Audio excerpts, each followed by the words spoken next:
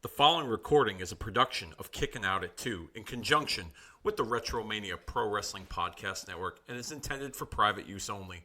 For more information, head on over to facebook.com/Kickin' Out at 2 or our Twitter handle @Kickin' Out 2, along with searching Retromania with a W on any and all podcast platforms available to listen to archive shows such as this and all the great content of the Retromania Pro Wrestling Podcast Network. Evergreen content at your fingertips anytime at your listening pleasure. And with that being said, we thank you for listening and hope you enjoy the show. Draft day is upon us here on Kickin' Out at 2. I'm Dave.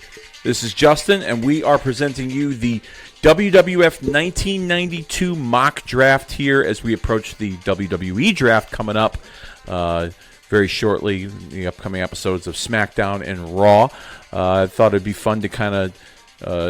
last year, Dennis and I did a 1998 draft with WWF and WCW, and I approached you with the idea, and you thought it would be a good idea to take a look at the 1992 roster. Explain your reasons behind why you chose 92 for this, and welcome to the program, of course. Yeah, good to be back. I think the biggest reason I felt was like, and again, maybe I'm not of the generation to be able to best categorize 1992 WWF, but I feel like when I look at that roster, that's like a murderer's row of wrestling. Mm-hmm.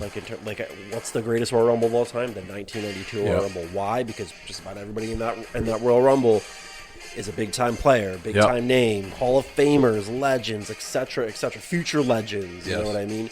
I think it's just, and I think it also coincides with in wrestling history, like with so many heavyweights, no pun intended, on that roster. It was at a time where clearly on the other side of the fence in WCW, that was a very lackluster roster, very lackluster product in general. Why? And you could argue because many of those guys, for whatever reason or another, went to the WWF to ply their trade. And, I think the first thing that comes to mind when we talk about that is Ric Flair. Yeah. You know what I mean? So they had like the best of everything in that roster, I feel like.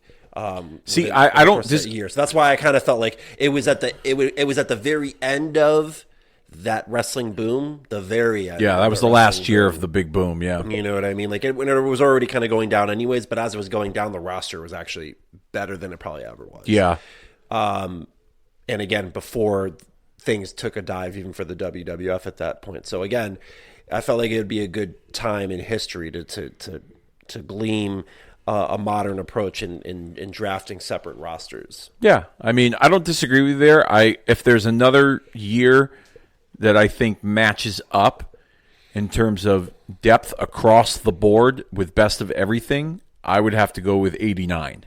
Yeah, no, and definitely. That was what I mean. Originally, I was thinking, we'll do 1989, and the first picture that comes into my head when I think of that is the SummerSlam card of that year, and how, in my opinion, it's one of the more underrated SummerSlam events in history. Now, the second one in '89.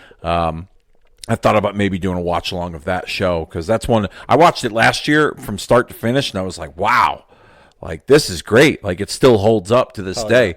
Yeah. But just even the murderer's row in the WWF back then, the main event, Hogan and Beefcake against Savage and Zeus, Ultimate Warrior and Ric Flair. One of the more underrated matches on that show, the Rockers and Tito Santana against the Model Rick Martel and the Rougeau brothers in a wild six-man tag team match. Demolition and Hacksaw Jim Duggan against Akeem Big Boss Man and Andre the Giant. Yes. The Brain Busters and the Hart Foundation. I mean, they had they were lined up with just, Dusty Rhodes was on that card. Roddy Piper made an appearance. I mean, if Ric Flair was on that show, it probably would have put it over the top. But I feel like there's a lot of guys on that 92 roster that were there in 89 that were probably at their better or best in 89. But I think the blend of like that, of those guys on the way down, and like the incoming guard of like Shawn Michaels, Bret Hart, British Bulldog, you would argue is obviously a guy who was kind of going in that direction at that time. Lex Even Luger, Undertaker. Yeah, you had a lot of people that they had a good foundation for the future. It was an excellent transition pivot year in terms of the the roster makeup, whereas in '89 they were still winning championships. Yep. You know what I mean? And they were running with the crew they had, and they were adding pieces that were ready to play now. Yep. Whereas 1992 is like you still had so much value, probably more than they even really understood. But they were also they were actually building for the future. Yeah. These people that had even put in time for years that were there in '89. And Bret Hart was now a budding single star. Shawn Michaels was a budding single star. Whereas maybe Tito Santana is kind of on the way out. You know what I mean? Yeah. Jake Roberts on the way out. You know what I mean?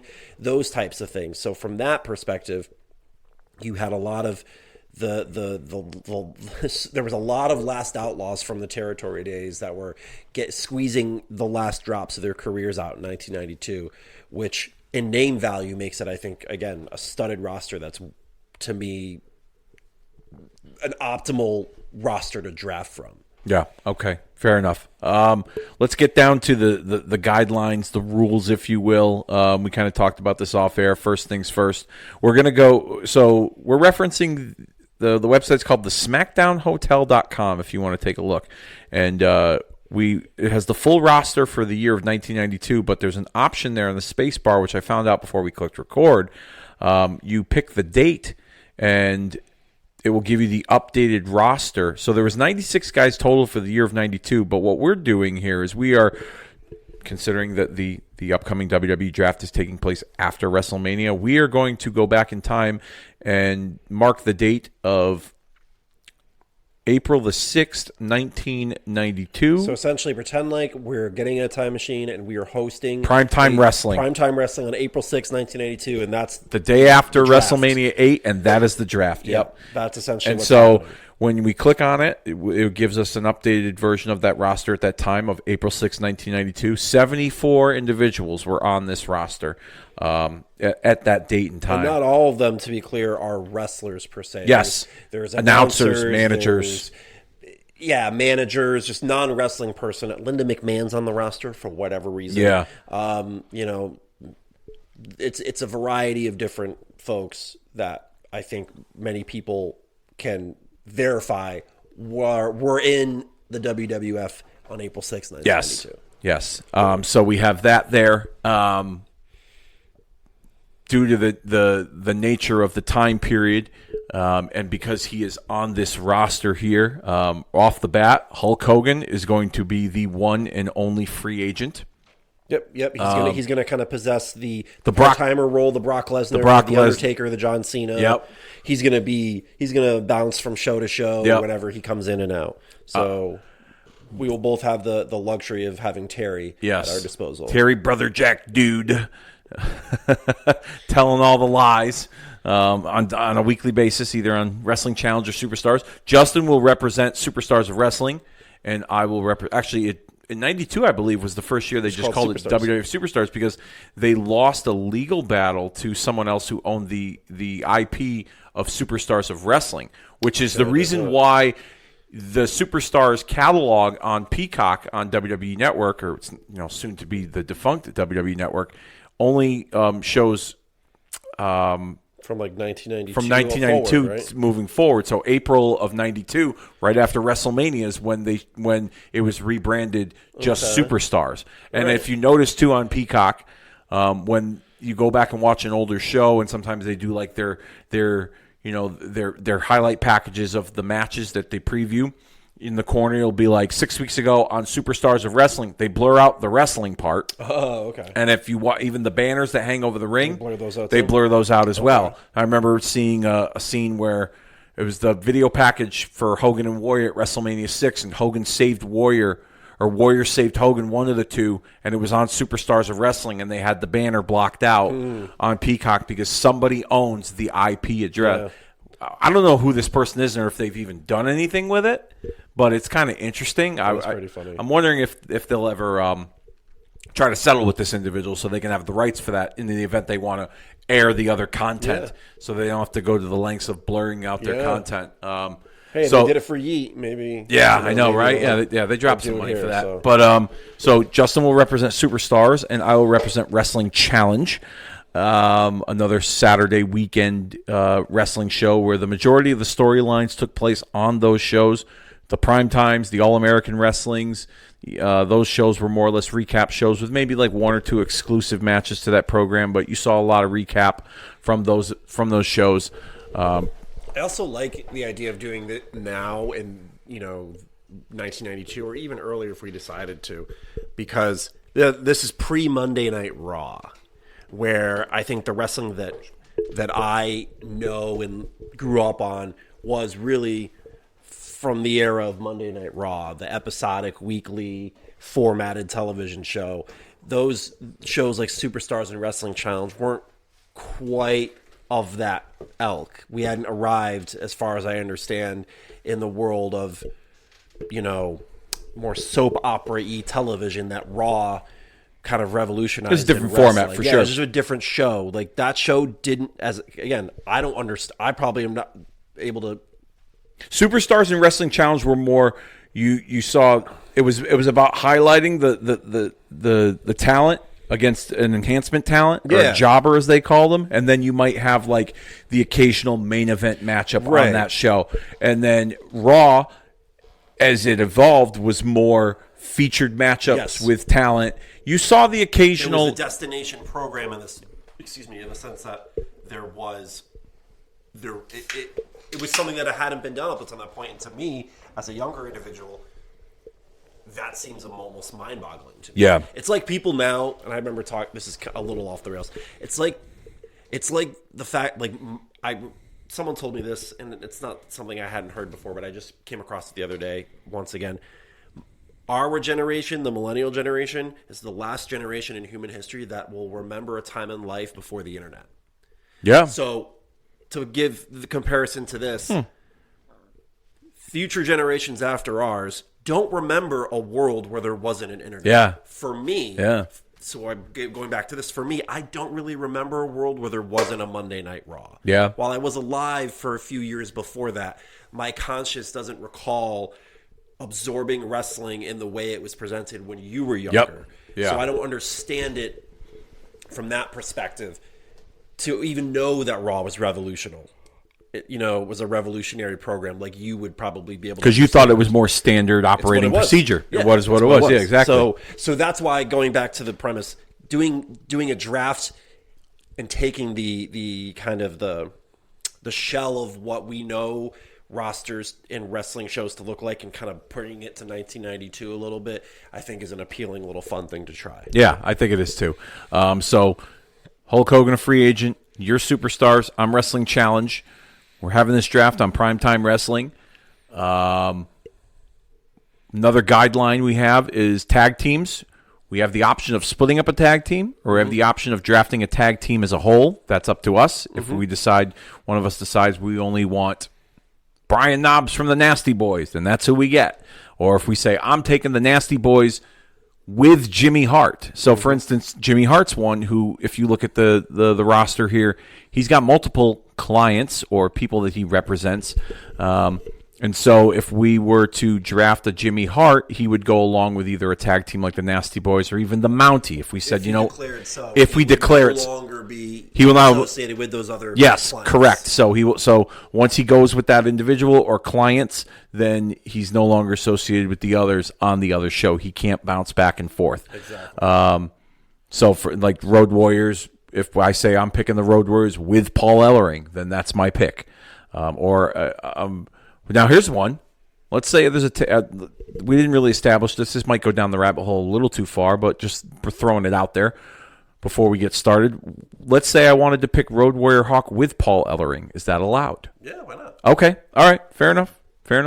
But I think we should probably draw the line, and maybe you wouldn't have to draw the line. But what about, do we draw the line at, like, you can't make Paul Ellering the manager of someone he's never managed before? Yeah, we don't do that. Yeah. In a pick. Yeah, we don't do that. Yeah, we don't do that. We're trying to keep up as real time as possible, or at least from that time period as possible. Another rule we have for this mock draft is that we are allowed to steal one draft pick from the other during the actual portion of the draft.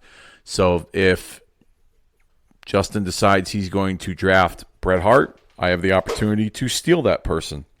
And Justin can steal somebody else from me. Once that person has been stolen, they can't be stolen back. Otherwise, it'd be just one big giant pissing match. And trades. We can have unlimited trades with each other, but that will take place at the end of the draft. Now, we're going to start with 25 picks each.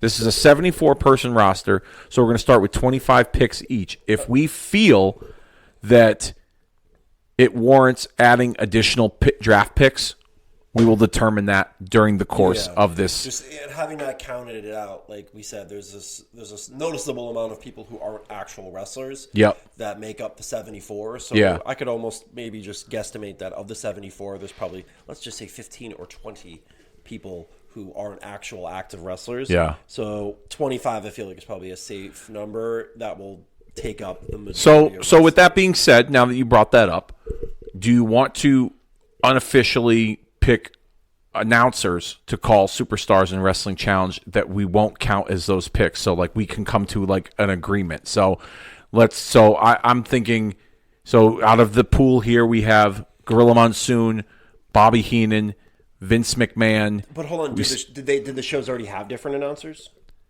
To the best of my recollection, they did. If I recall, I believe Superstars had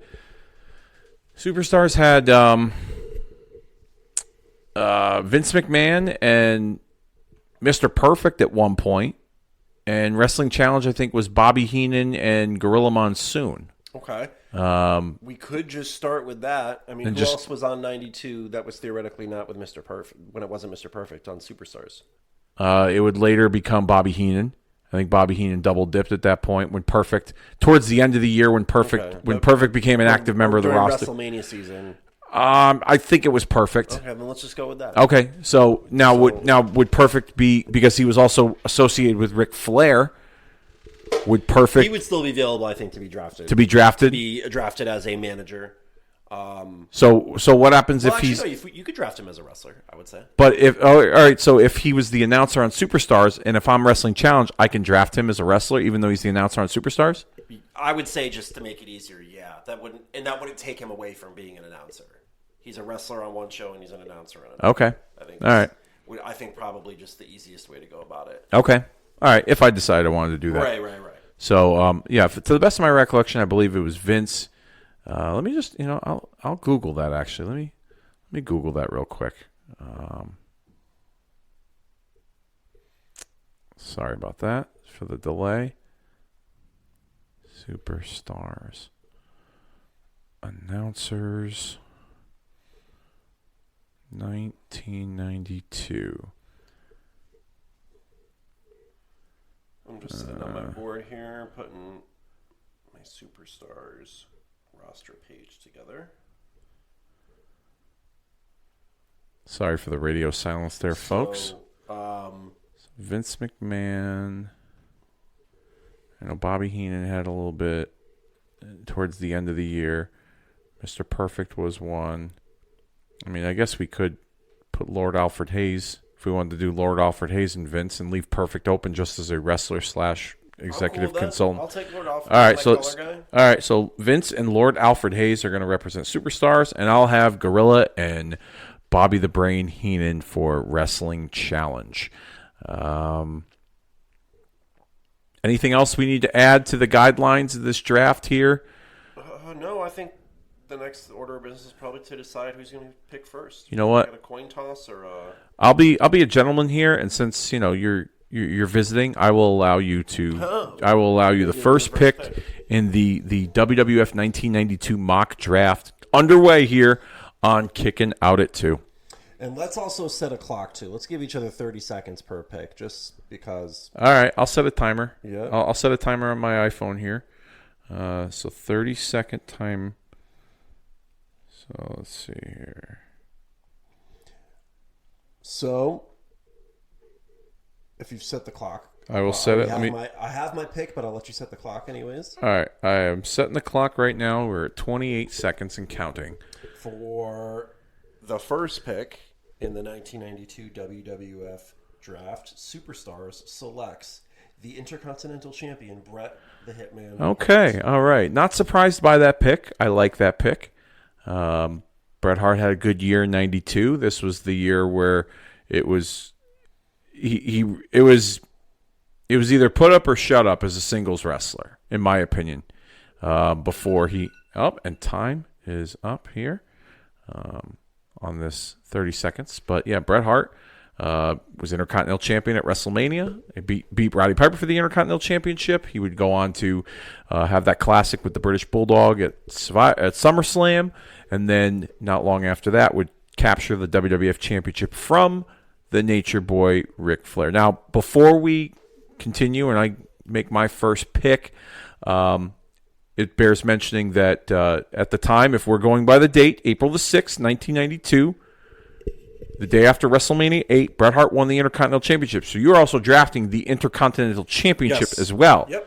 So that also means that the other champions in the WWF at that time, Randy Savage was the WWF champion, and Money Incorporated of the $1 Million Man and IRS were the tag team champions. The titles will go with that individual. Now, to make this a little fun here, we have the option, we talked about this off air, but bears mentioning that we can create or introduce a championship from another organization that was already active at that time. So, for instance, we could also introduce like a title from a different era too. Yes, a title from a different era. So, if we wanted to introduce, title, correct.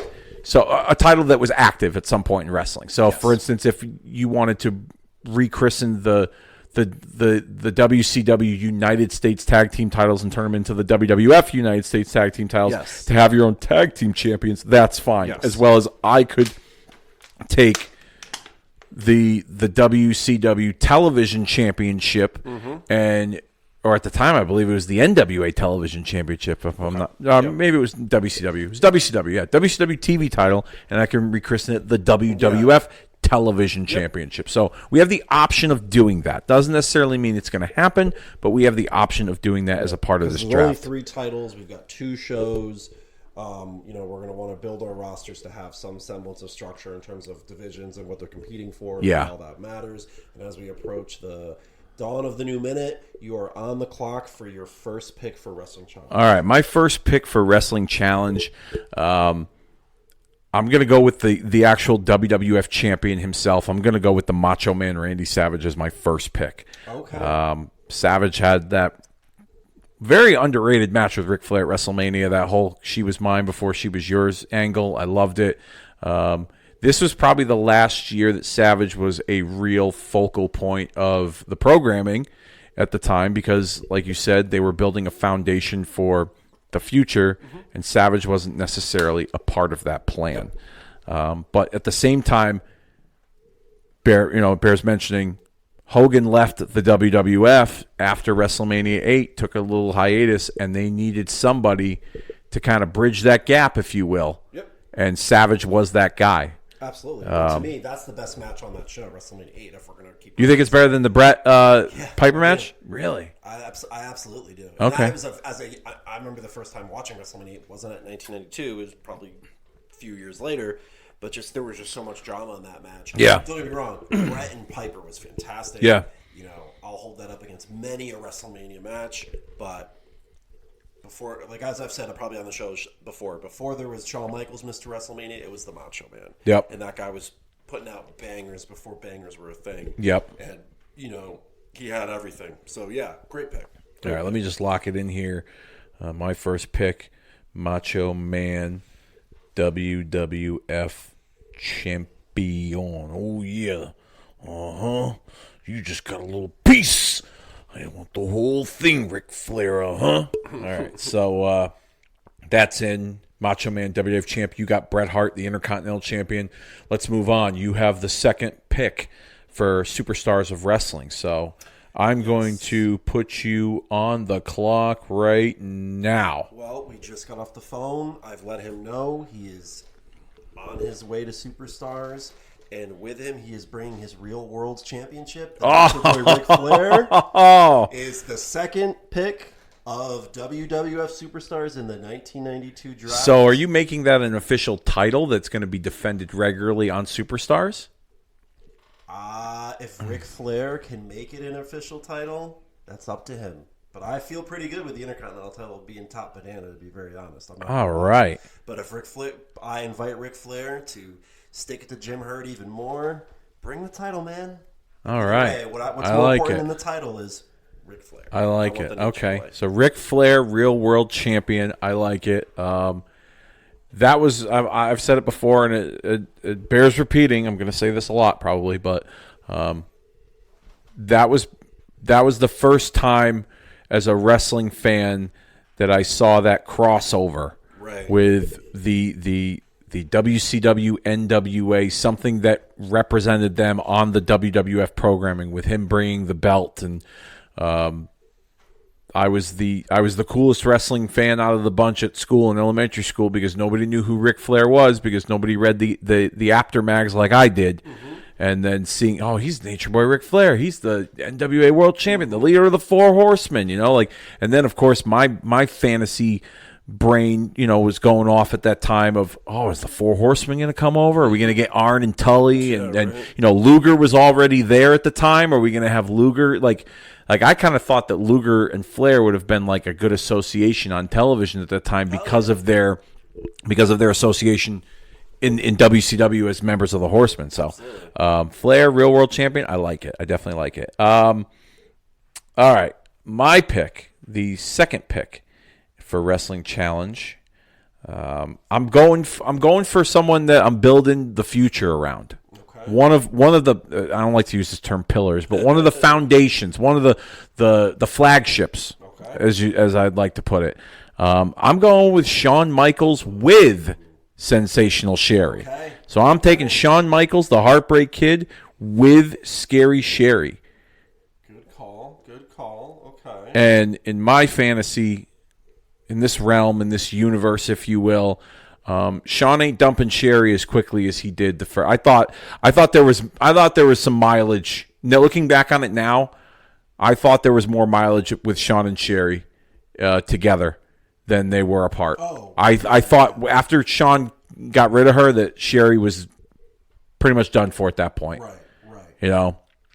But with the time they did have together, it was a great association. So. Of course. So you got Shawn Michaels. I do. That was honestly the pick I wanted to make next. Yeah. So, okay. Who knows? You might steal him from me. We'll see what happens. Maybe. And if you steal him, then you're stealing Sherry too, because it's the whole pick. So. That's fair. Just to keep that out there. That's fair. I gotta get my ducks in order here. All right, let me put you. I'm going to put you on the clock now. Yep. So you got 30 seconds to figure out who's rounding out number 3. I'm going to go with The Undertaker and Paul Bearer. Ooh, okay, all right. I like it. Superstars. Undertaker and Paul Bearer. That is not a bad. Pick there. Off of beating Jake the Snake Roberts at WrestleMania 8, having obviously lost the WWF Championship months earlier in somewhat controversial fashion. I feel like I have a. You probably don't have to set the alarm every time we do this, but we just got our watches. Okay, all right. I think I got a guy that he might make something of himself. This kid. Okay. So all right. I'm gonna see what this Undertaker kid is made of. Okay. All right. Fair enough. For my next pick in the 1992 WWF mock draft, I am going to be choosing a tag team. Okay. Now, who that tag team is, that's up for debate right now, because I'm looking at the pool here. Now, do I go with the champions, Money Incorporated, Ted DiBiase and Erwin R. Shyster? I don't want to reveal too much of your strategy out. No. I'm just throwing it out there. This is brand warfare. Yeah, that's true. That's true. I have my war room on the other end here. Yeah. That's giving me all my information. Okay. All right. With that being said, they're favorites of mine. I'm going to go with the Road Warriors and Paul Ellering. Okay. As my pick for the Wrestling Challenge. So LOD with Paul Ellering. If he wants to bring the dummy, that's fine too. Rocco might not be an official pick, but Rocco's He's like the handkerchief in the suit jacket pocket. Okay, that's fair. That's a good pick. That's in many ways a walking title of sorts. Yeah. I mean, they're a face of my tag team division. Yeah. I need to establish like beating a champion. Right now. Savage is my champion, and Shawn Michaels is building my future, and the Legion of Doom are the face of my tag team division. So that is absolutely that's the where right move. That's where I'm at right now. And having said that, I have no choice but to go with Money Inc. Money Inc. Okay, that's fair. They bring the dollars. They bring the gold. Yep.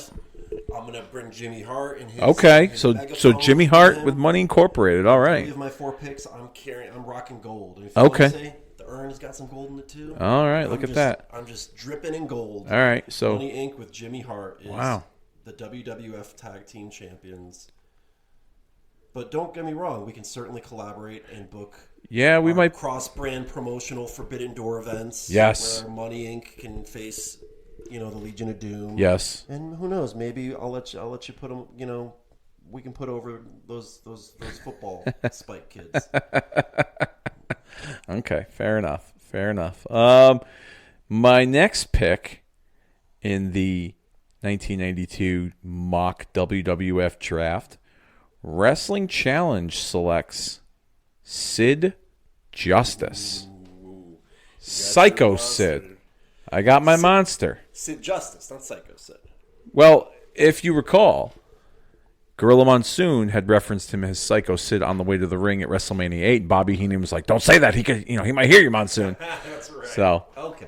So that was the early stage. You can definitely repackage his character a little bit. You can certainly you're within your bounds to do such a thing. Okay. So thank you for that blessing. I mean, hey, it's your show. You could do whatever you want. I like to think of it as our show. You are a big collaborator here as well. No, your show as in Wrestling Challenge. That's okay. Your show. Okay. This is your roster. These are the guys you're getting ready to go to battle. Fair enough. So that was your 4th pick, right? That was my 4. Yeah, you are correct. 4th pick. So you are up with the 5th pick in the 1992 WWF mock draft. With the 5th pick, I am going to have to select.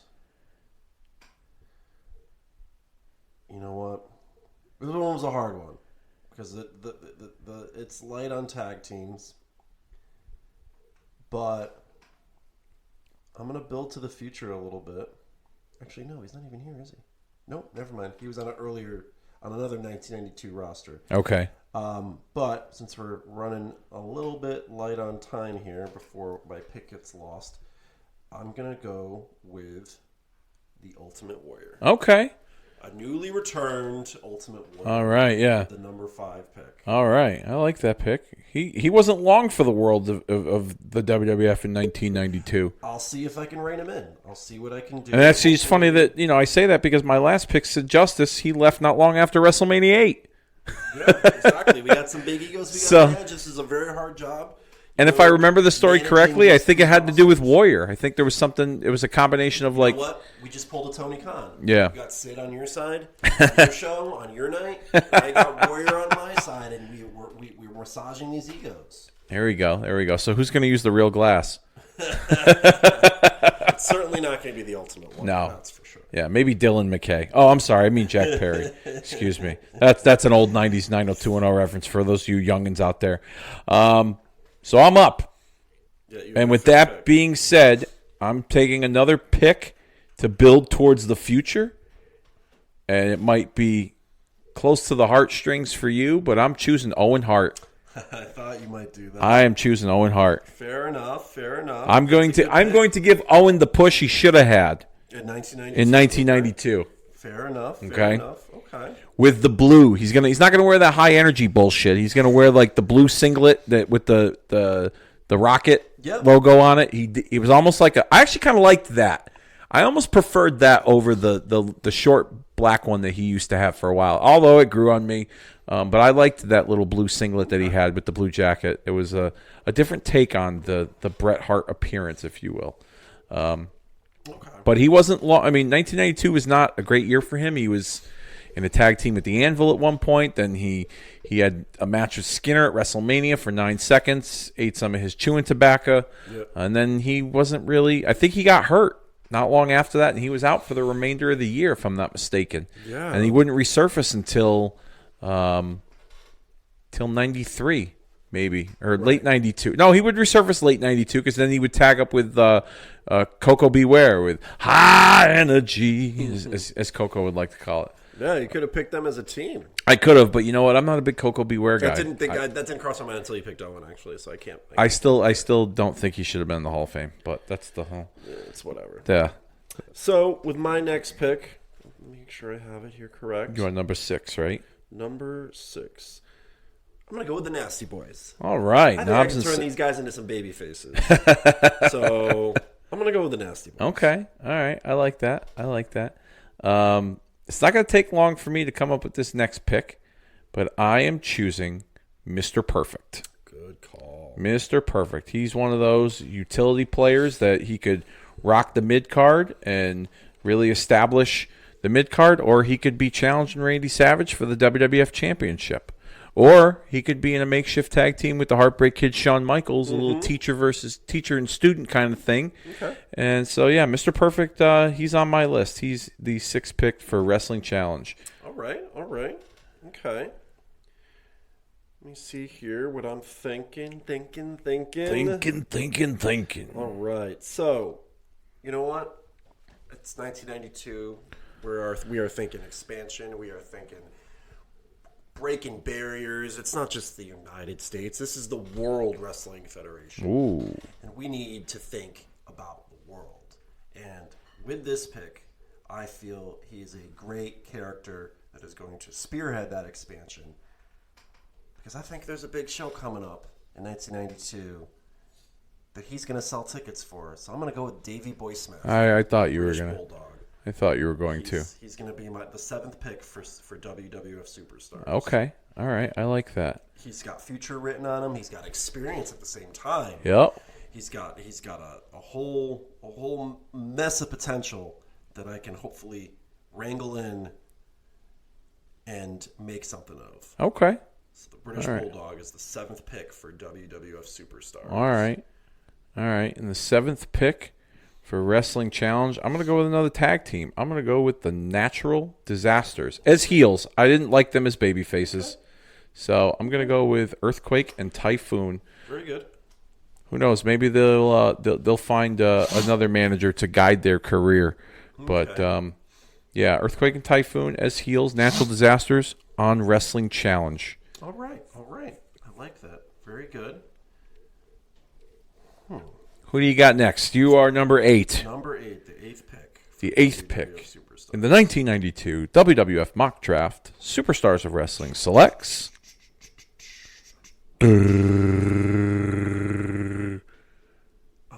am going to pick.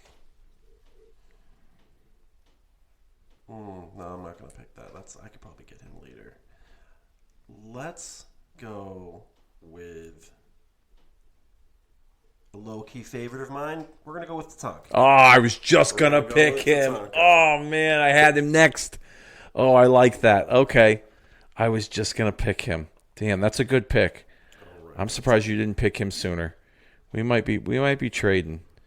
Okay. We might be trading. But you know what? While we're on, these guys got a little bit of experience, and they also have a little bit of youth behind them as well. I think that they would match up pretty well with the Road Warriors, but I'm going to go with Samu and Fatu, the Head Shrinkers, is my next pick for the tag team division. I mean, my tag team division is full of beef right now. So, yeah, Natural Disasters, Head Shrinkers, and the Road Warriors with Paul Ellering. Oh, my goodness. I can't believe we let this man sit so far on this draft. Who are we talking here? The 9th pick. Oh, no. WWF Superstars selects Rowdy Piper. That's what I'm looking at right now. Okay. Rowdy Piper. Not bad. Okay. That's not bad. I can envision some Flair and Piper cards. Okay. Flair and Brett return matches. Well, there's another guy that has sat pretty far down the trough here that I'm choosing for my 9th pick, and that is Lex Luger. Lex Luger. See, I was thinking Lex, but then I was like, I already got Warrior, and they kind of both check the same box a little bit. But I don't have. I mean, almost wanted to pack them on anyways, but yeah, I don't have a body guy. I mean, Sid. I guess Sid's the monster, but the body guy at the same time. So, but right. Luger kind of has that body guy physique. So, and he's interchangeable as a heel or as a babyface. Absolutely. So, with my 10th pick, I will be selecting the Bushwhackers. Ooh, Luke and Butch. Get a Bushwhackers Mania movement. Okay. Become tag team champions. I'm really feeling it. I feel like there's a groundswell for Luke and Butch. Okay. To unseat the corporate greed of Money Inc. and bring the tag team titles to the people. Okay. All right. That's not a bad pick there. For my next pick in the 1992 mock draft, Wrestling Challenge selects the model Rick Martel. That is the model Rick Martel is, in my universe, is going to be one of the greatest intercontinental champions of all time at some point. I know he's a property of Superstars of Wrestling, but those interpromotional, we could see the model bringing the title back home. That's one guy that not only am I surprised he's not currently in the WWE Hall of Fame, but he just, to me, during that era, he screamed like Intercontinental Championship material with the likes of, Mr. Perfect and Bret the Hitman Hart and Shawn Michaels and Davey Boy and eventually Razor Ramon. He just screamed that. I'm so surprised he didn't have that opportunity. I mean, well, I guess you could say he did because he wrestled. He was the last two in that battle royal with Razor Ramon when Razor won his first Intercontinental Championship from New Haven, Connecticut, by the way. So that's Wrestling Challenge's 10th pick, the model Rick Martel. I like it. That's a good one. With the 11th pick, Superstars is looking for a voice, a face, a recognizable figure, one that is going to appeal to the sons and mothers and fathers of the household, that's going to make watching Superstars a family gathering. Oh, boy. And no better man to welcome the world into the homes than Mean Gene Okerlund. Ooh. All right. Voice of WWF. You took Mean Gene from me. Mean Gene Okerlund. Okay. Is coming to WWF Superstars with his hotline. We're going to generate buzz. He's going to get his commission. But at the end of the day, as big a name, arguably, as anybody in wrestling up until that time in terms of just name value and recognition. What's the guy's name from Monday Night Football? Not Howard Cosell. Al Michaels. No, from like the Howard Cosell time. Don Meredith. I don't know why I think of Don Meredith when I think of Mean Gene. Really? But again, just reliable. Okay. He's like Walter Cronkite. You just believe in what this man says. Well, that's you grew up on him. That inspired me with my next pick then, because since I totally forgot about Mean Gene. A good stick man, reliable. But if I'm going towards the future, I'm gonna have to go with Sean Mooney. Sean Mooney, yeah. I like it. Sean Mooney, who actually is still fucking in legend.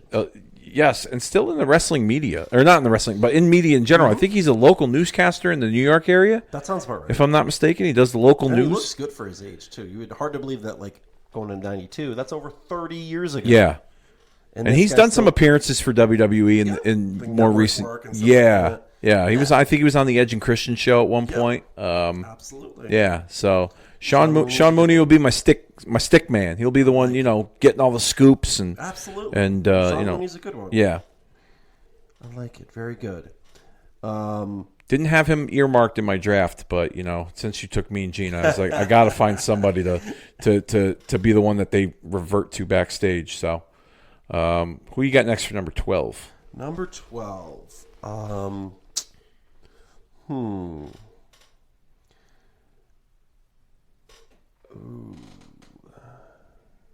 This is going to be another out-of-the-world pick. I have no eloquent way to set this up, but I am going to acquire the services of the First Lady of Wrestling, Miss Elizabeth. Oh, wow. Okay. Yeah. Well, I have Randy Savage as the champion. So it's going to be very difficult. So, well, I mean, you could look at it like this. Maybe she was Flair's before she was Randy's. I was kind of trying to tongue twist that in. Yeah. I was getting stuck. I was stepping over myself in my brain. Yeah. That's what I was thinking. Maybe she was Rick's before she was Randy's. Yeah, you know, we'll find out. Might be able to. Yeah, might be able to. Find that out. You know what? Another reason to inspire me with this next pick. I said it earlier. Maybe the natural disasters will find someone to manage them and give them, the proper guidance that they need and keep them as heels. Because, like I said, I was not a fan of babyface natural disasters. I'm going with Mr. Fuji. Mr. Fuji. Mr. Fuji. I like that. Oh, yeah, Mr. Fuji. Yeah, Ricky Steamboat, you have no girlfriend. Yeah. I remember seeing that once on an old Saturday Night's Main Event, and it tickled me, as our good friend Connie would say. So we're at number 13 here, and we're rolling along pretty well. Yeah, I'm digging it. All right, is it my 13th pick? Yes, you are the 13th pick. My 13th pick goes by the name of VIR GIL. Rest in peace. Yes. Meat Sauce Mafia just recently passed away, unfortunately. Virgil, okay, VAR. Potential for maybe a Money Inc. reunion. Potential for some more clashes with his former boss, the $1 Million Man. An athletic and somewhat underdog charisma that he presented at that time. He was too legit to quit. Yes, and I don't know. I could see a fantastic episode of Superstars being main evented by Bret the Hitman Hart defending his Intercontinental Championship. You know what? Virgil. It's funny that you say that because I just 3 Kid, 1983. no, but it's funny that you say that. I was scrolling through Twitter this morning, and there's a page that I follow. It's like they show clips of like old matches. I forget what it's called. I think it's called Grapple Clips or something. Anyways, there was a video of Bret Hart and Virgil on an episode of Superstars when Bret Hart first won the WWF Championship in the fall of '92. It's either Superstars, Wrestling Challenge, one of the two. But Bret and Virgil had like this weird handshake, like almost like something that they might have done behind the scenes where it was like shake, and then they put the hands together, and then they do some sort of like, slap the hand, fist bump kind of thing. Like, and then they started the match. Okay. So it was presented like Bret was this fighting champion, and he was going to fight anybody, and Virgil was pretty far down the trough at that point. So I like that pick. That's not a bad pick at all. And with that being said, my next pick at number 13, Wrestling Challenge has selected the Texas Tornado, Kerry Von Erich. Good pick. I think, after after watching the Iron Claw recently, I think Kerry needs some redemption in the WWF. His demons will not get the best of him, and he will succeed further than the Intercontinental Championship. We're all rooting for you, Kerry. Yep. Very good, very good. Okay, very good. As we move forward here with the 14th pick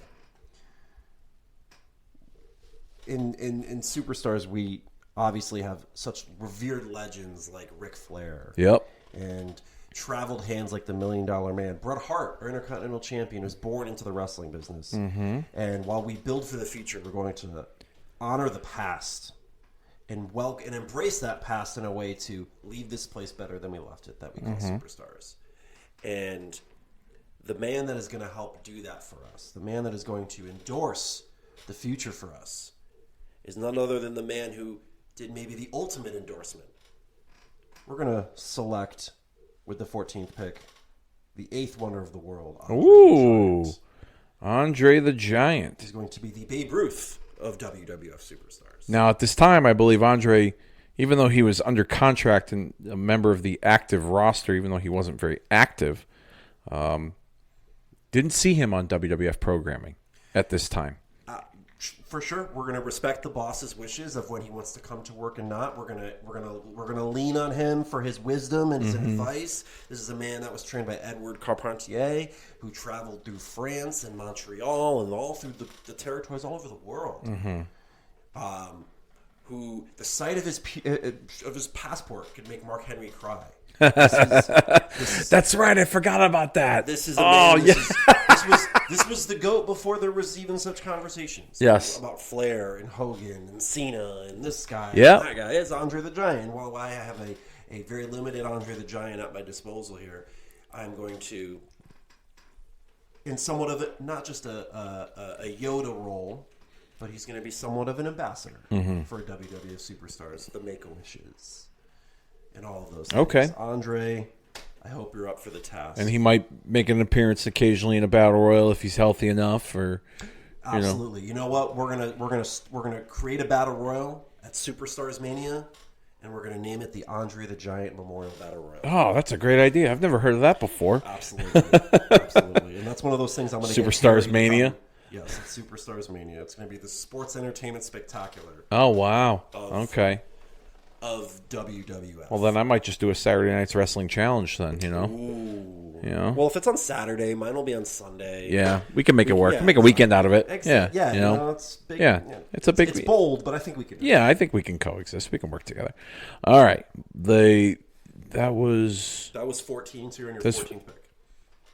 Because that was 14. Yes, you're correct. And with the 14th pick, I'm choosing someone who can be somewhat of a utility player, at least in my opinion. Someone that could be a heel or could be a babyface, could work in the mid card, or could, dance in the main event. I'm going with the Big Boss Man. Ooh, I like that. From Big Cobb fella. County, Georgia. I like that. Yes. Obviously a low-key big man Yes. in wrestling history. Yes. Glad that he got his flowers when he did. Good pick. Very Yes. good pick. And he's one of those that they put him in the Hall of Fame a number of years ago, and I was like, really?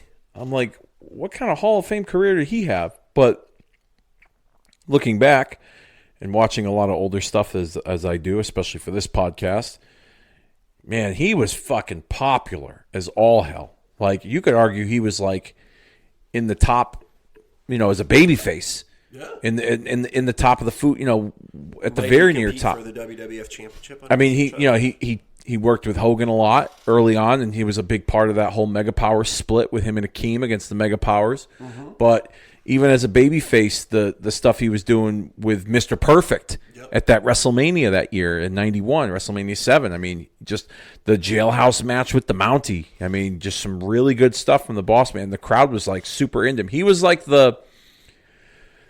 I wouldn't say like the poor man's Dusty Rhodes, but like he had very like middle class common man features that a lot of people could relate to when he was a babyface. Yeah. So, Big Boss kind of inspired me to change my pick as I had it penciled in. And Okay. to erase it magically on my phone here. And I think this pick here is going to have a little bit of a political motivation too. All right. We are well aware of this man's history with our man Hulk Hogan. And if it entices our brother Terry to make appearances in Superstars of Wrestling, Superstars, Yes. then I will be enlisting in the services of Brutus the fucking Barber Beefcake. Or as Zeus would say, Beefcake Barber. Yep, I will. I think someone who we can look back, point, and laugh at him now, but was certainly probably a bigger star than I think we want to give him credit for. Yes. I agree. Not just because of the association with Hogan, but the guy had some chops in terms of being able to, light a crowd up a little bit. Not necessarily as a People wrestler, used to but get just- fired up about him cutting somebody's hair. Yeah, the energy he would bring. Yep. When his music hit and when the Shears came out, like that's something. His look too, like he had this really like. There was a flamboyance and a Yeah. colorfulness to him. That's a little bit 80s, and we're in 1992 here, but I think It was still lit. It was still acceptable in that time. Yeah. It wasn't, I think there's a place for it on a card on a given night. Yep. And I think Brutus is going to do well in that role. Okay, I like that pick. Yeah, Brutus is Veteran experience. Brutus is a good pick. Now, my next pick is inspired. Well, it's not really inspired, but the intentions behind my next pick is someone that is, I guess you can say, utility player, but someone that I think deserves more than that. And I'm going to go with El Matador, Tito Santana. I think Never going to go wrong picking Tito Santana. even though I wasn't a fan of the El Matador persona, Tito could wrestle. Oh, yeah. And, there's a reason why he was picked to be in the opening match of WrestleMania, because of the very first WrestleMania, because of his skill. And I go back, and if there's a match you got to go out and watch, Tito Santana, Mr. Perfect, Saturday Night's Main Event, July of 1990. Oh, my goodness. Okay. That's probably the best Tito Santana match I've ever watched. I mean, he would have been... Yeah, just go back and watch that. Okay. It was an unbelievable match. And and that was heading into SummerSlam that year, and I believe it was advertised Perfect and Beefcake, stemming from their issues at WrestleMania. Then Beefcake got hurt in the actual parasailing accident and almost died, and that's where they brought in Kerry Von Erich with the surprise. But I would have loved to have seen the Tito Mr. Perfect match at that SummerSlam. Okay. And maybe Tito getting the best of Perfect this time around, and Tito's the one that gets the surprise win, and they finally give him his flowers, because he was pretty much the jobber to the stars, if you think about it. Yeah. Okay. So I got Tito on my list here. I want to give him his just due in my universe on Wrestling Challenge. He's going to be a guy he's not just going to be the enhancement talent to the stars. He's going to have a meaningful role. Even if he sheds the El Matador character and just goes back to being Tito Santana. So, you have the 16th pick, my friend. So, the floor is yours. This may... you will have to give me clarification on this if this pick can be correct based on the day that we're drafting this roster from. Okay.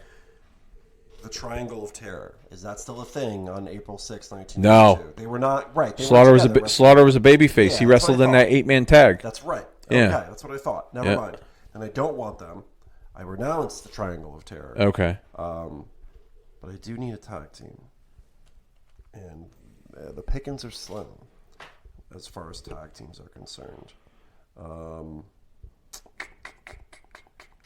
I mean, there's also, you can take guys and turn them into a tag team too. That's not, I certainly just want a nice foundation of some tag teams. Mm-hmm. The current tag teams that I have are Money Inc., the Nasty Boys, and the Bushwhackers. So that kind of gets you like, Bushwhackers are baby faces, Money Inc.'s heel, Nasties are heel, but they can also be baby faces. Yeah. I'm gonna go with the Beverly Brothers. Okay, Bo and Blake. With the Genius. Yeah, you can. Yeah, let's take them. Yeah, you can. Yeah, Beverly Brothers and Genius. Yeah, you can do that. Boom.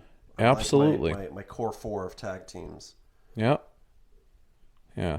So there's only really 7 tag. There was 7 tag teams at this time on the roster. So yeah, we're mismatched on tag teams, but that's all right because your promotion's going to look different than mine. Yeah, it'll be a different world.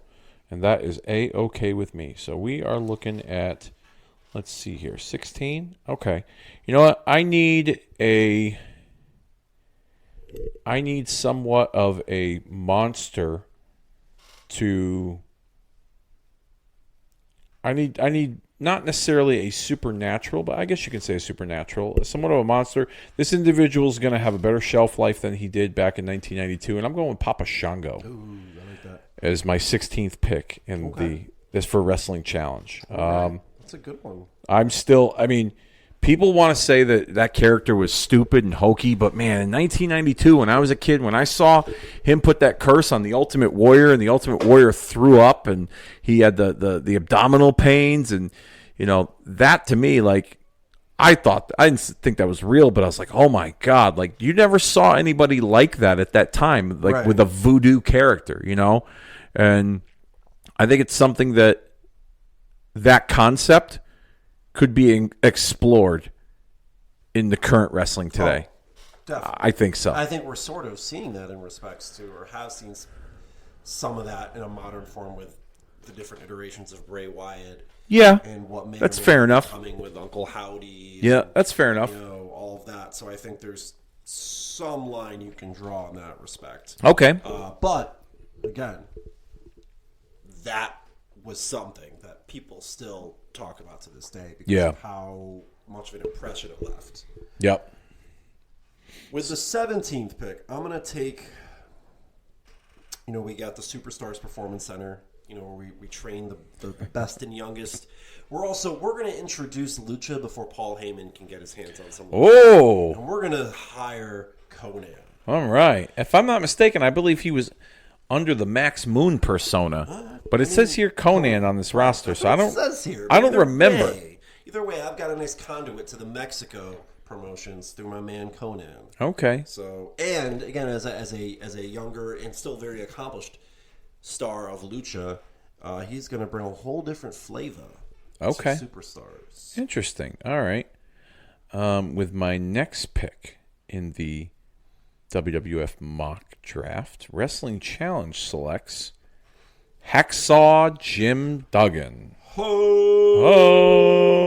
It's a good pick. You gotta. This is America. You gotta interject some patriotism. Yep. Some red, white, and blue loving. Yep. I can't say I didn't think about it. I applaud that pick. That is a good one. Okay. Well, I appreciate the applause. So, who do you got next? At number 18, we are going to. I've consulted with my team, and speaking of America, I'm gonna have to bring my man Sarge into the fold. Okay, I'm surprised he didn't get picked sooner. To be honest with you, Sarge has got a bright future behind the scenes as well. Okay, he could maybe one day become commissioner of WWF Superstars. Okay, I think he's got a great. He's a great yes man. If I'm not mistaken, I believe they set him up on television to be like an authority type figure or representative of Jack Tunney's office. Did he? After WrestleMania 8. Yeah, really. He wrestled. Exactly. He wrestled for a little bit. Yeah, so yeah, that actually works out for you. He wrestled for a little bit, and then I believe they it's like Adam Pearce before Adam Pearce. Something like that. Yeah, I believe. If I'm not mistaken, I think he had that. Exactly. So for my next pick here. I'm going to select Reverend Slick. Ooh, I like that. Good pick. But he will eventually revert back to being the Doctor of Steezal. And maybe he will guide some careers on this roster here. Maybe we'll see Slick with a Sid Justice. Okay. You know? Okay. Who knows? All right. Or maybe Slick back with the model Rick Martel. They had a brief run in 1989 as a duo. All right. So, moving on here, I'm going to have to make another, you could almost say, surprising pick. No one can ring them in as new champions like Howard Finkel. ooh, okay. And I need a ring announcer. Yeah, And all right. While I am certainly all about female empowerment and Mike McGurk potentially being in that role, I have to go with the brain name of the Fink. Yes, I mean that makes sense. I'm not going to go the announcer route, but at number 19, I am selecting the Mountie. I need somebody in the mid card. I need somebody That's your man. Yep. Yeah. You know, maybe he can revive that rivalry with the Big Boss Man. Maybe we can see something with him, and who knows? Maybe we can see something with him and the Macho Man as the WWF champion. Okay. But yeah, fair enough. All right. As we continue building our rosters, I'm gonna have to. This is the 20th pick, by the way. So we're getting down to the nitty gritty here. Yeah, a lot of good hands still here. Yeah. You know what? I'm gonna make a Hall of Famer out of this guy. Okay. I'm gonna pick Coco Beware. All right. I tell you. Okay. I feel like with a little bit of just dust on this guy, He will one day be inducted into the WWE Hall of Fame. Okay. Coco Beware. And Frankie. And Frankie's coming. Frankie's coming. Frankie's the bird. coming too. We got Absolutely. the bird coming. Okay. Absolutely. All right. That's not a bad pick. I can get behind that. I can definitely get behind that. Well, you may have a ring announcer, but there's somebody that needs to make sure that, all the rules are abided by and people are kept in line. And there's only one person that can do that in this world. So with the 20th pick, Wrestling Challenge selects Jack Tunney. The president of presidents. The president of the World Wrestling Federation. Very, very well done. That is a power move, for sure. Yeah, I had to. I mean, if we didn't establish him as the president for both brands, then I thought, you know what? Why not make him exclusive and let superstars have the inmates run the asylum? Maybe that will lead to a Sergeant Slaughter becoming the commissioner over there. Who knows? We gotta, with folks like Ric Flair and Andre the Giant. Yep. We run our the shop runs itself. Yep. It makes me want to pick Linda, but I don't know if Linda's really ready for. I don't ever remember seeing Flair. Linda McMahon on WWF programming in 1992, but she's in the pool. That's weird. That is weird. Pat Patterson's. Yeah, so is he. Yeah, I saw that. I'm picking Pat Patterson. That's your pick. Next pick. We're 21. He's my booker. He's my producer. He's my right hand man. Okay. You know what I mean? So when he comes out and makes the matches, are they going to have to put subtitles out underneath when he talks? No, he's not like an on-air person. Oh, he's your actual booker. Well, he's going to help me put the shows together. He's going to put the wrestling genius at work. He's going to do the finishes. He's going to escort Miss Elizabeth down to the ring whenever she shows up for anything. Okay. He might have to insert himself as a referee in a match to make sure. He's got to collect that paycheck. All right. He's got to get that talent check every once in a while.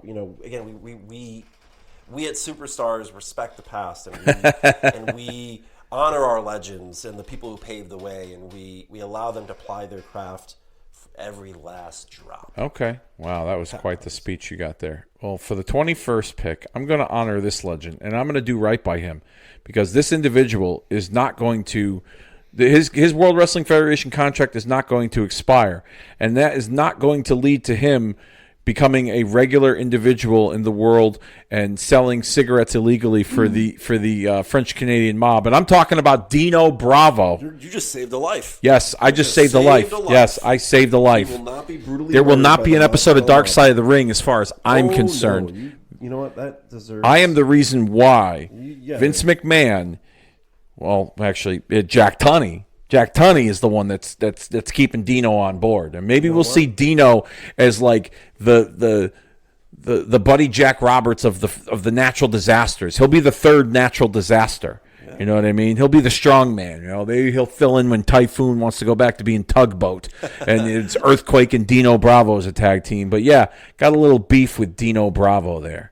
So, 22nd pick is yours, pal. 22nd pick. I'm gonna go with the man who I don't even have something funny to say about this. I'm just picking the Iron Sheik, Colonel Mustafa. Oh yes, Baba. Yeah. Oh yes, I break your back, make you humble. Yeah. So I'm collecting the egos. I'm collecting the characters. But for he's obviously going to start because it is April 6, 1992. He is Colonel Mustafa. That will certainly engineer a cinematic story, only the likes of which Paul Levesque would revel in.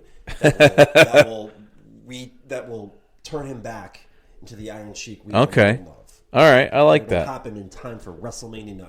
I like that pick. Okay, I like that. We will see an Iron Sheik resurgence. For the 22nd pick, Wrestling Challenge selects the Barbarian. Okay. The Barbarian could eventually cross paths with some of those other Samoan fellas that I have on my roster by the name of Samu and Fatu. Okay. Maybe we see an alliance of sorts.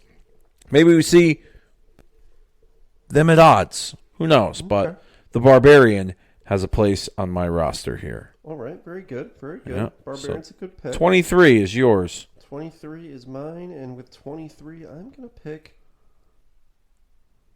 Skinner. The alligator man. Yeah, I need a little bit of wacky in there. Okay. All right. I can respect that. Well, while we're on the wacky board, if you're picking Skinner, then I'm going with the Repo Man. Damn it! I should have picked him. Oh, that was a good one. Why didn't I pick Repo Man? I don't know, but I know why. Almost trade for him. Maybe that'll be my steal. We're almost at I know we haven't stolen anything yet. Yeah. We haven't stolen that'll each be other's my picks steal. yet. You know. Repo Man could be like my Santino or something. Okay, I like that. But going with 24. 24. Again, I need some guys who know how to take bumps, who are eager to learn, who have the opportunity to really hone their craft, are very good athletes, full of youth. Mm-hmm. I'm gonna go with Scott Taylor. Oh my God, the future Scotty Too Hottie. Yes. Well, Scott somebody needs Taylor. to eat a couple of power bombs from Sid Justice. I don't got Sid Justice. Well, I got Sid Justice, He could but take some chops from Andre. Yeah. Maybe he'll bounce around the ring in a dark match with Conan. Yeah. He'll go Beware. He could kind of fit him wherever I want. Okay. I like Scott Taylor. He's a Well, good utility player. The 24th pick in my Wrestling Challenge or WWF mock draft. Wrestling Challenge selects the Brooklyn Brawler. Okay, absolutely. He's often a man. The jobber of all jobbers right there. Yeah, I like that. Steve Lombardi Okay. made a living off of making everybody else look good. Mm-hmm. So we're down to the last pick here, and there's not much to choose from. So I'm actually pretty pleased with 25. Yeah. Yeah, 25. We pretty much covered the gamut here because some of these folks are associated with others, and so yeah. Who do you got?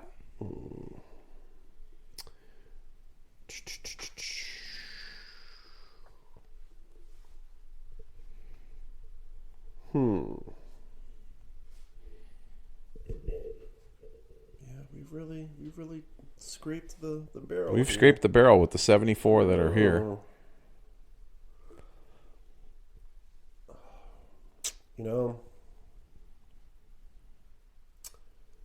I'm gonna have to go with.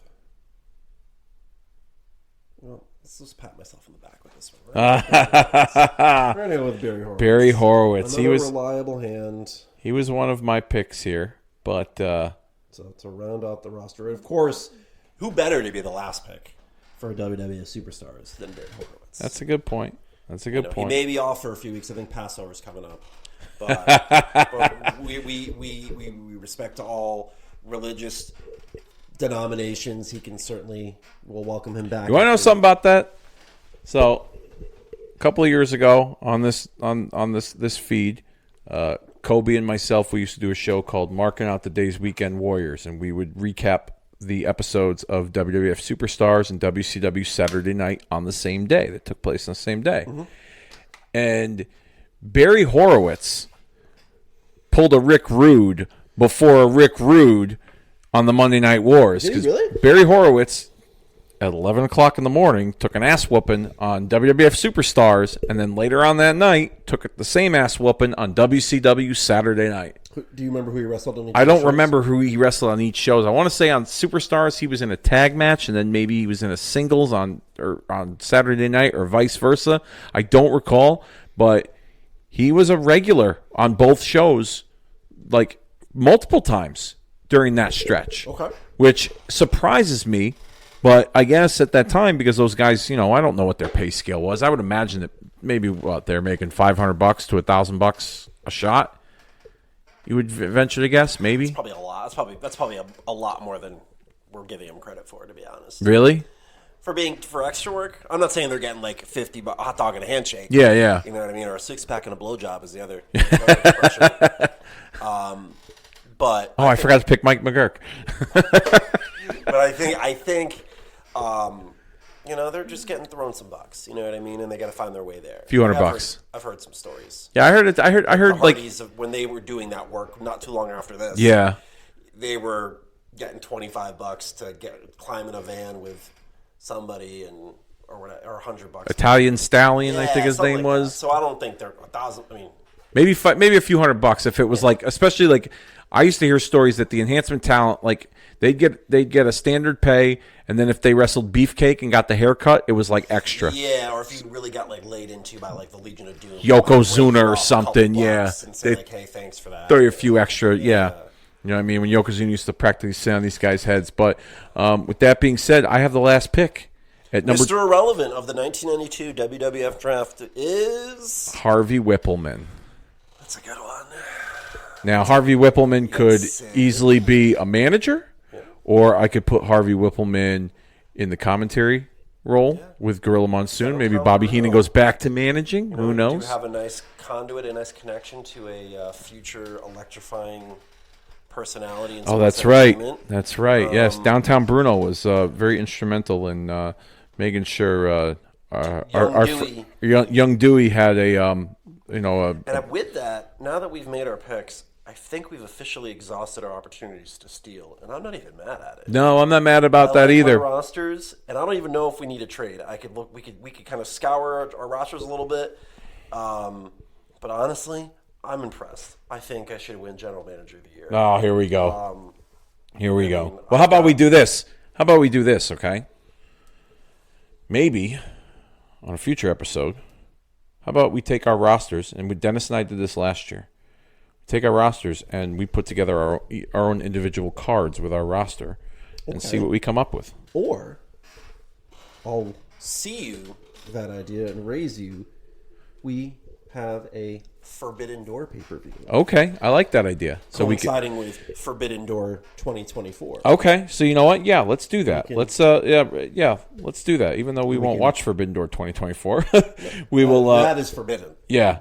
We will create our own WWF Forbidden Door of 1992 later on this year. So yeah, let's do that. I'm all about that.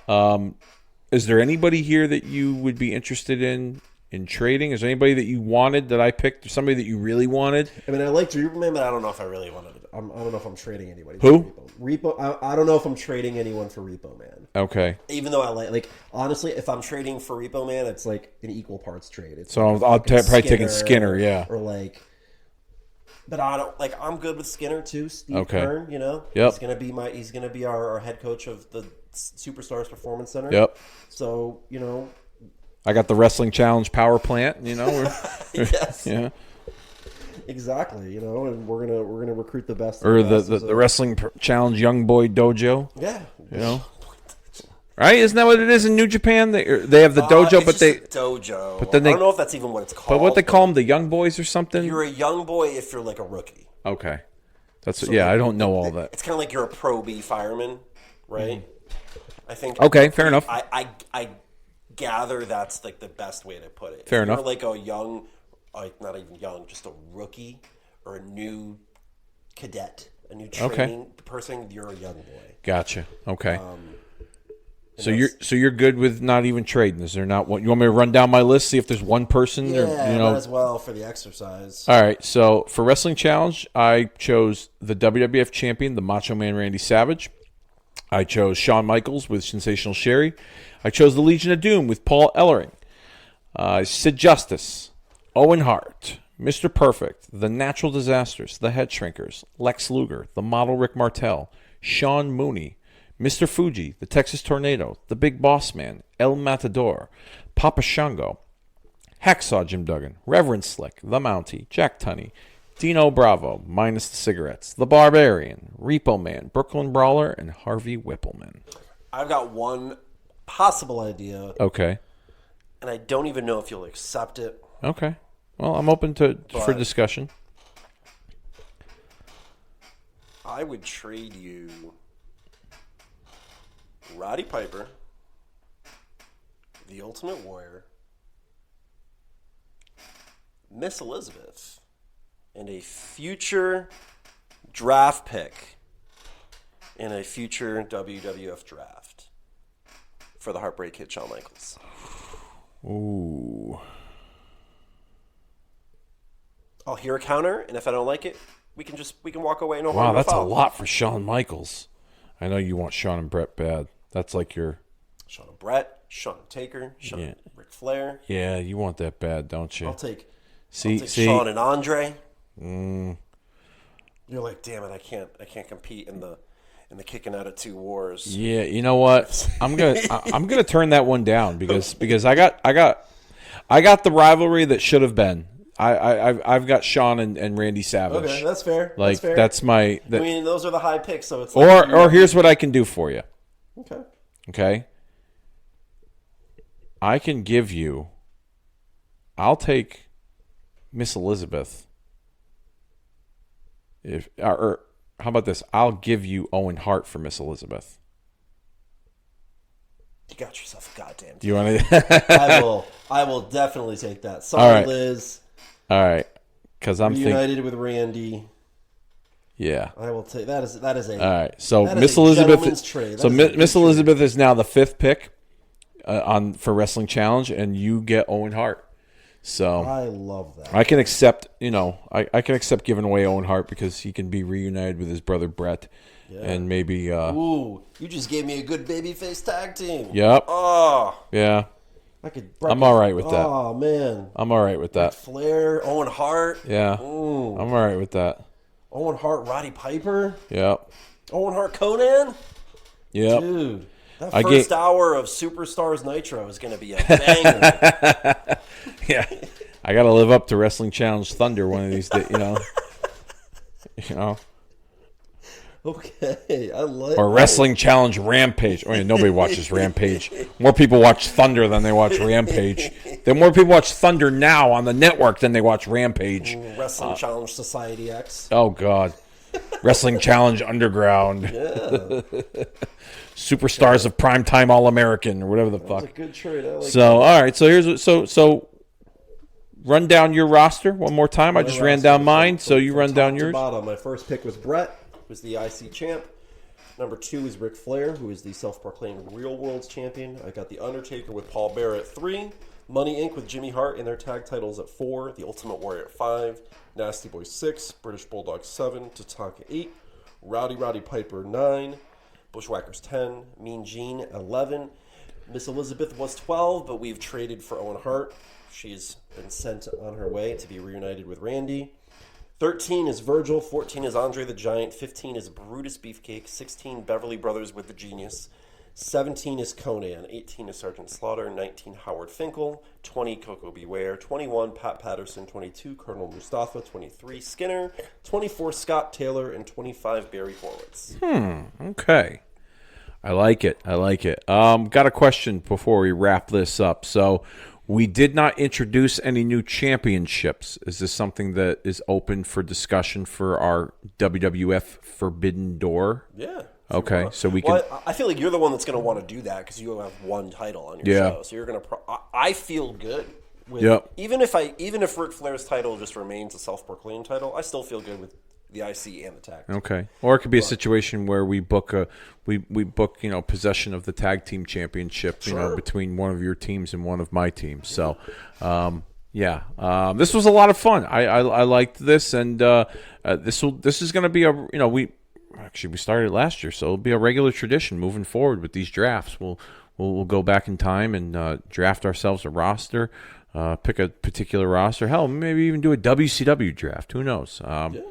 Definitely won't do an AEW draft, but Thunder there you go. I like Saturday that. Night versus Power Hour or whatever. Yeah, who knows? But So thank you very much. Oh, before we go, I should say, any thoughts on the upcoming draft? What you want to see? What you think's going to happen? Any surprises? I've sort of lost hope over the years because I've said for a number of years recently, like, oh, this is the year where they're going to get it right. Like, the stars are aligned. Like, it'll work. And I'm always let down tremendously.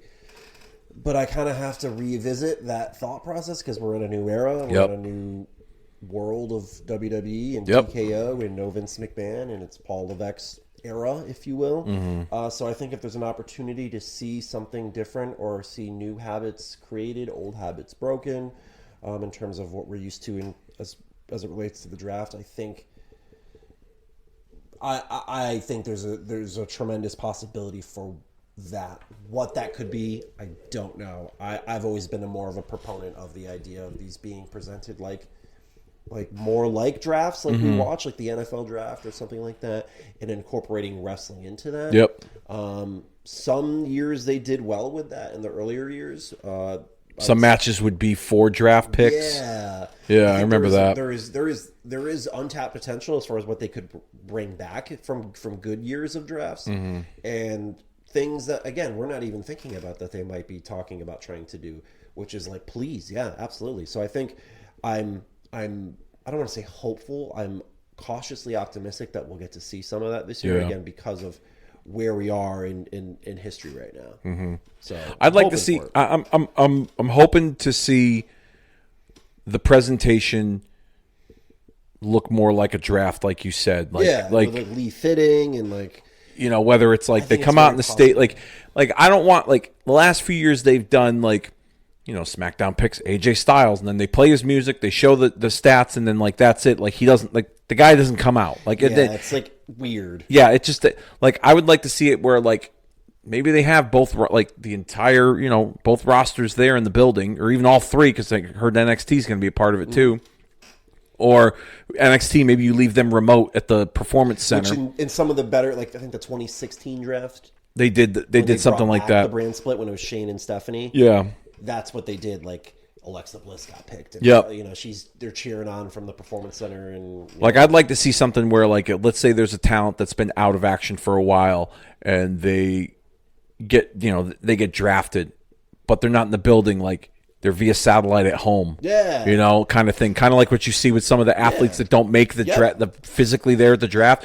They're at home with like their family, like maybe like let's say like Sheamus just came back the other night, but if Sheamus hadn't come back, maybe he'd be sitting on his couch with his wife waiting to figure out where he's going to get drafted. Something like something like that. I think there's definitely things like that I want to see too. I agree on that. I think there's a lot of potential. I wouldn't mind seeing matches like determined draft picks. So for instance, if like two guys wrestle, like let's say there's for instance, I'll throw them out again. AJ Styles and LA Knight more recently just had a rivalry. They had a match at WrestleMania. They have a match on SmackDown or whatever. And it's for, the winner gets to choose which brand they want to go on instead of the actual brand choosing them, sort of thing. I think they can definitely mix it up. Like I've thought of things like that in my head before where like you got a Raw guy and a SmackDown guy, and the winning brand gets a pick. Or like you said, two guys already kind of in the thralls of a feud, and they get to pick where they get to go. Yeah. Or like, I know they could do a battle royal and kind of do something. It's just a whole. It could almost be its own premium live event. If they really kind of put some resources into it. Not that it needs to be. I like it on the Friday, Monday thing. That's cool. Whatever. Yeah, it kind of like gives the television. It gives you something to look forward to for 2 nights. Again, it's a lot to do probably on one show where it's not so quick to make it appeal. So, but expanding off of the idea of like matches determining picks, I think is a good place to start, because we'd seen it before, and I think you can definitely evolve that premise over the course of a show. With different stipulations and all the various matches. So I think hopefully we see some of that too. That would be really cool. But anything you're hoping for, you're expecting in terms of like certain picks, like, or maybe like somebody breaking out and like getting drafted, and then like it launches them to something, I honestly, like almost like splitting up a team, kind of like what they did with Miz and Morrison that year. I kind of think, this might seem obvious. It's not really what you're asking, but I kind of think Cody's going to get drafted to Raw, and the Judgment Day might go to SmackDown. I think you might see that kind of reverse. Okay. As far as breakouts go, I think maybe by virtue of the draft, maybe Dom is left alone, and he's no longer the Judgment Day. He gets drafted on his own, or the Judgment Day doesn't include him. And maybe Dom gets a little bit of solo time, which would be kind of a big thing with Rhea being gone. Maybe he gets maybe that solo draft eventually leads to him getting picked up by like Santos Escobar and Legado de Fantasma. They had that match together. So like his career will kind of take a turn into at least maybe in the time while Rhea's gone, especially where he can do something to kind of stand out a little bit more. As not that he hasn't already, but it's like, all right, let's keep progressing. I could see that. I think there needs to be some emphasis more on the women. Yeah, I think you could see. I don't know if Damage Control will be broken up yet. No, I don't see them. Like hair. Not that honestly, I think the way stories are going, I definitely want to see more emphasis on damage control, but like at this point, I'm kind of like, show me what you got. You know what I mean? There's some expectations. Like I feel like with Raw going to Netflix, Cody's going to be on Raw. Like I feel like Raw might get stacked a little bit. I feel like based on where they're headed. Yeah, USA, I could see that. I could also see this is based on what we just saw recently at WrestleMania, but I could also see Roman Reigns becoming a free agent.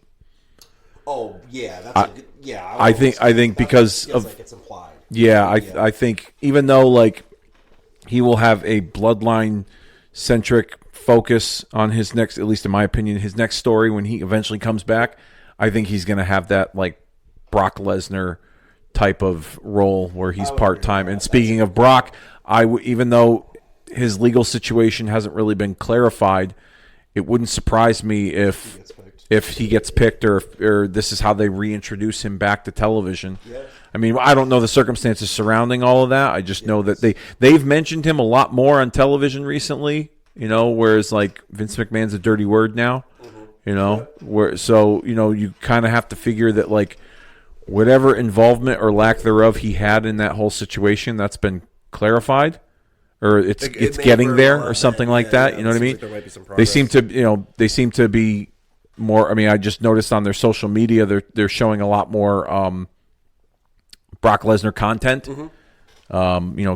Top 10 video and Brock's included in a few of them, kind of thing. I have a feeling this might be a way to reintroduce him into the mix. But the girls, I feel like. I have a feeling they're going to go the basic route where they move this person here, they move that person there. We might get to see one or two new matchups. Maybe we'll see Damage Control and Bayley move over to Raw because it will be fresh to the Raw audience or whatever. I don't know, but I just feel like the girls will definitely need more emphasis. Jade, I think, will be probably the number one female pick. In my opinion, that's a good call for one of the brands. That would at least kind of boost her a little bit, even more, kind of to the not the character she's developing, but she's being seen as like a free agent, as a commodity, as a prospect. And if you're kind of in that mold, you're a draft pick. You're the first pick. I could definitely see that. I also think like going back to the whole like I said, I think Raw is going to get a good healthy weight of star power because of where it's going to land with Netflix. SmackDown's going to kind of be the B show again. Yep. You're going to see the scaled disparity, but I think it's also going to be, I think it's going to be done the right way though, because Raw people are going to be out behind a paywall on Netflix, because USA is going to kind of be like the B show with SmackDown, right? CW is going to be on over-the-air television with NXT, which is also been known as a place that where there's a lot of crossover. Yep. So I think we're going to see a lot of crossover on NXT, more than we've seen before, in healthier doses with more regularity. SmackDown might benefit from that. SmackDown and Raw. You're going to want to plug Raw, correct, to over-the-air television viewers, and I think you might see a lot more of those instances where talent, particularly women even, are going to show their face on NXT, boost that brand a little bit, get that exposure, kind of start plugging and pushing people to watch the other shows, which are obviously the better premium shows. Yep. The North American women's title that's been introduced, whether it's the first champion, second, or third, I'm willing to bet that's going to be a main roster person holding that title, or at least competing for it to get some of that crossover. Okay. That sounds like a role for like a Natalya. Right, exactly. I just see a more fluid relationship between the three shows, with NXT kind of being like the common ground for both Raw and SmackDown people to migrate to more regularly. The open door policy. To help feed the others and kind of subtly cross-promote across the brands. So I think that's kind of the in and out, open door, just relationship.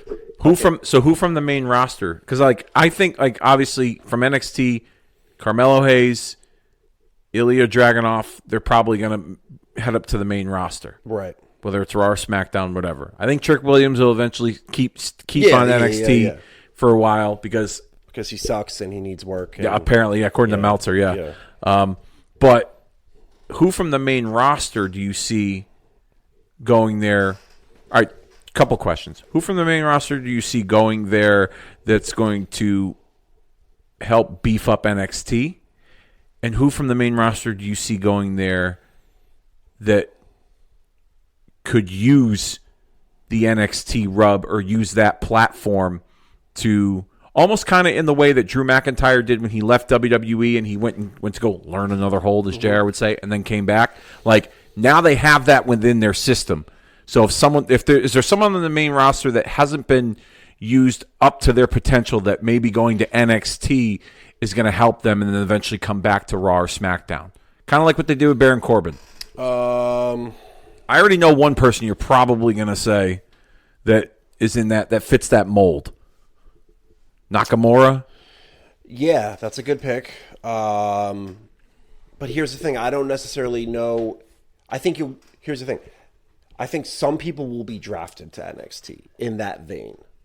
Yep. Others won't be. Like I said, I think the others will just be crossed over in the way that they've done in the last couple of years. So like with Final Testament with Karrion Kross and AOP or when now. Becky Lynch was there. Yep. Or, like, I think they go in there for a cup of coffee. Yeah, you'll see little things like it's that. It reminds me a lot, not to interrupt, but it reminds me a lot of when ECW and WWF in the 90s had that working relationship where guys, NXT kind of is that. Yes, I think that space, that platform for the main roster. I think you'll get more than we're probably prepared to know as far as actual people drafted, like a Shinsuke per se, right? You'll see maybe 4 or 5 substantial main roster people, not Seth Rollins. No. You know what I mean? But you'll see the elk of a Shinsuke, the floundering, veteran, proven wrestlers move over there on an official capacity. Yeah. But then you'll get you might get a Seth Rollins for a couple weeks on NXT when he comes back. Yep. You might get a Cody once or twice here and there. Finn Balor. Yeah. Damian Priest. Yep. You know what I mean? You might get, we will get those along with that to make that show almost feel like a main roster show in a lot of respects. And I think that's what the draft's going to help set up. Okay. You know what I mean? Like Seth Rollins and Shinsuke on NXT would be kind of cool. Yep. You know what I mean? So I think there's going to be a lot more fluidity to the rosters, but there's still going to be brand divisions. Okay. And there's going to be kind of like internal rules as far as like, all right, Raw and SmackDown may not cross, but SmackDown and NXT can cross. Raw and NXT can cross. Maybe NXT can cross with like NXT. I feel like is the hub. Yep. The grand central station of sorts where people come in and out of. Yeah. And then Raw and SmackDown are your main.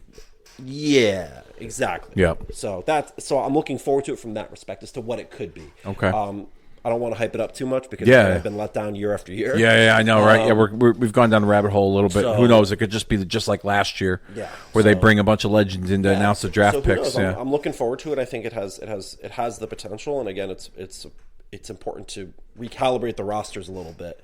Every year, especially after the momentum that we've come out of with WrestleMania. So it's important to keep it up and keep the buzz buzzing, as I like to say. I like it. Well, with that being said, the buzz on this is coming to a close. Thank you once again for helping make this happen, and look forward to the sequel to this, the WWF Forbidden Door. Sometime in June, we'll get together and we'll create our own WWF Forbidden Door card for 1992 as a precursor to SummerSlam 1992. So that should be a lot of fun. Thank you all for pressing play, hitting download, liking, subscribing, rating, reviewing this show. Find us on Retromania over on Podbean by searching Retromania with a W or Kicking Out at 2. That's going to do it for this episode. And with that being said, I think it's about time we officially put this draft down.